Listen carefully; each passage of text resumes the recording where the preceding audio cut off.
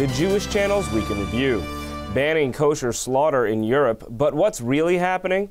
Why is Zach Braff promoting Yeshiva University? Faith and form and the Jewish tradition, and more of the Jewish news that's changing your world right now in this episode of the Week in Review. Hello and welcome to the Jewish Channel's Week in Review. I'm Stephen I. Weiss.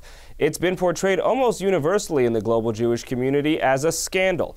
Denmark has banned ritual slaughter that is part of kosher and halal meat production, effectively banning the production of kosher and halal meat within the country's boundaries. But the curious thing is, there is no such kosher slaughter in Denmark, and there hasn't been such kosher slaughter in Denmark for years. The ban on ritual slaughter specifically outlaws killing an animal for food without stunning it first. Kosher and halal regulations famously have most often required slaughter without stunning, and so such regulations effectively ban kosher slaughter as most Jews know it within Denmark. But even as Jewish leaders are condemning the ban, they're acknowledging it will have no immediate effect. The president of the Conference of European Rabbis, Pinchas Goldschmidt, said as much in his statement, declaring, quote, "Although there is no organized kosher slaughter in Denmark, and the decision came following the Muslims' halal slaughter, there is a lot of anger in the European Jewish world over this shameful decision." What's also interesting is why there's no typical kosher slaughter in Denmark, and how that speaks to an internal Jewish divide. Since 1998, the official Jewish community in Denmark has recognized meat from animals stunned before slaughter as kosher, so long as the stunning is done in a specific way, according to a report in JTA. This is a Jewish practice that stands in direct contrast to nearly all kosher meat standards in America, Israel, and around the globe. In some ways, it's a call back to the days when Jewish life had more distinction from one locality to another. In any case, it's good reason to dig beyond the headlines in the future. Speaking of things that aren't always as they appear, many were surprised to see actor-director Zach Braff in this ad promoting Yeshiva University. I am Zach Braff. A lot of you may already know that I'm a doctor, but did you know that I'm also an ordained rabbi? It's true. And a lawyer. When looking for a university that combined world-class academics and top-rate Judaic studies, there was only one choice for me: Yeshiva University. As you might have guessed, that clip is comedic in nature.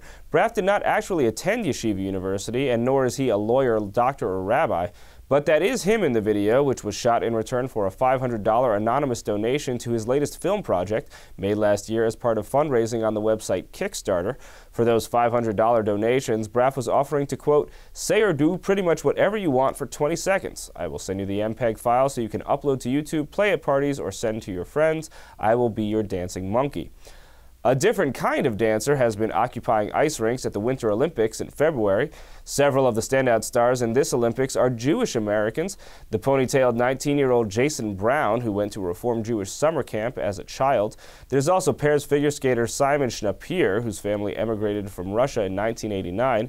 And then there's the man who won the first ever U.S. gold medal in pairs ice dancing, Charlie White of Michigan. Meantime, a different kind of contemporary Jewish art is on exhibit now, as Meredith Gansman reports. It's the mission of New York's Anne Frank Center to teach about intolerance and racism, and its current exhibit, entitled Faith and Form, is shedding light on anti-Semitism in new ways. The Anne Frank Center was founded in 1959 by Otto Frank, father of the famous diarist Anne Frank, to teach about Anne's diary and about the dangers of anti-Semitism and racism through her legacy. The current exhibition, Faith and Form, is a group installation by the 21 artists in the Jewish Art Salon. The Anne Frank Center's special project manager, Rebecca Faulkner, explained how the exhibition connects with the center's mission. Many of the artworks here speak directly to issues of Jewish identity, anti-Semitism, racism, and questions about intolerance and social justice. This piece by Jewish Art Salon founder Yona Verer is called Stanton Street Amulet. It's a part of a series of protection amulets for synagogues. We see that so many synagogues are already attacked all over the world, so this is hopefully something that will not happen here. Verer explained how the various images in the piece relate to the Lower East Side Stanton Street Shul. This round image with the Star of David is part of their facade. And the strange animals, you might wonder what's an elephant doing in there or a lion.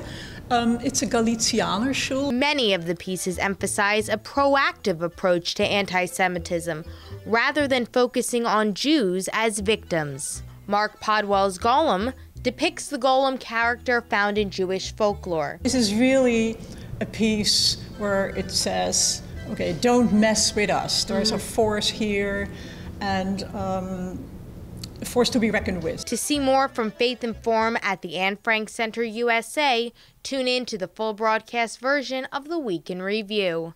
Thank you, Meredith. Finally, Israeli ambassador to the United Nations, Ron Pressor, had made headlines around the globe when he and Israel's defense minister chose to stay seated during a presentation by Iranian Foreign Minister Javad Zarif at a security conference in Munich in recent weeks. Time magazine's headline from the event spoke to that theme, and in the sub-headline declared they're sitting down, quote, an apparent warming of relations.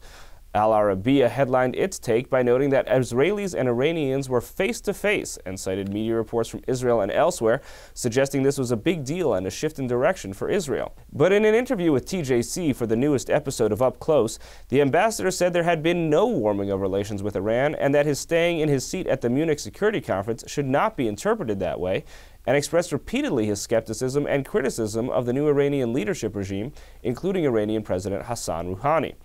Also in this week's episode of Up Close, keeping with the theme of popular perceptions and how they're influenced, an interview with NPR media reporter David Folkenflik about his book on the News Corp empire, Murdoch's World, and sitting down with Professor Emeritus Mark Cohen of Princeton University, a section editor of A New History of Jewish-Islamic Relations.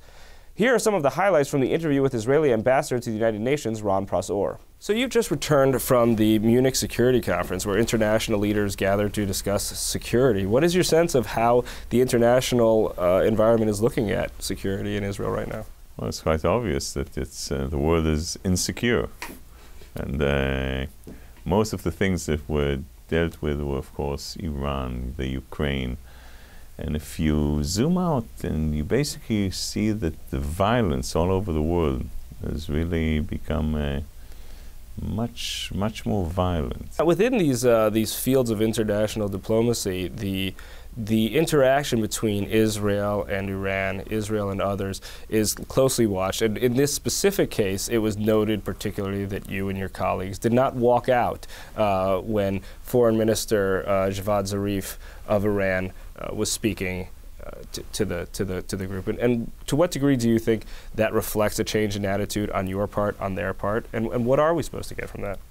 I think the most interesting part in Munich was to hear the Foreign Minister of Iran, with a wonderful charm offensive and a smile, continue to say things that are basically outrageous. We, Iran, are against any foreign intervention in Syria. Well, it's obvious that this regime, I think the important thing for people to remember in everything that is debated is the character of the regime, what it does internally, while Rouhani is now in power.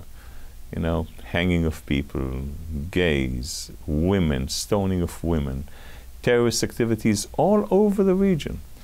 And the Revolutionary Guards helping Bashar Assad butcher his own population every day. This is the character of the regime.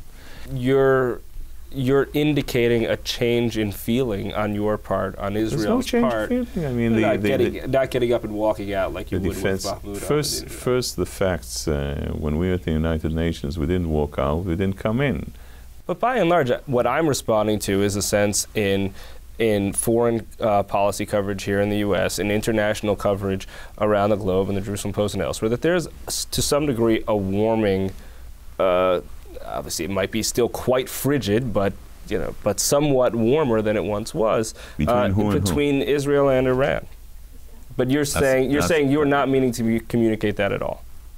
From my point of view, it's really important on the Iranian issue to stress that the whole world is basically saying, look, why don't we move now towards Iran, because they all have certain interests out there.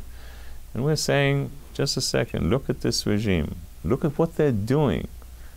Don't think in the, what you wish they would be doing. And the Iranians are amazing negotiators. They take every red line, they divide it into 10 pink lines, and they pass every pink line. Because it's only a pink line, doesn't merit a response. Before you say Jack Robinson, they're way beyond the red line. And they have been breaching and lying for years on the whole issue of the nuclear program. And now it's obvious that everyone knows that they have there's no debate about that they're at least having a nuclear weapons program. You can see the full episode of Up Close in the Interviews category under TJC Original Series on the Jewish Channel On Demand on cable, or listen to the full audio as a podcast available on iTunes or your favorite podcast player. That's all for this week. From all of us here at the Jewish Channel, be well. Jewish Channel is available on cable. Time Warner Cable Channel 528, IO Optimum Channel 505, RCN Channel 268, Bright House Channel 330, Verizon Fios Channel 900, Cox Cable Channel 1, Frontier Communications, and on Comcast in the on-demand menu under Premium Channels. For more information, visit tjctv.com.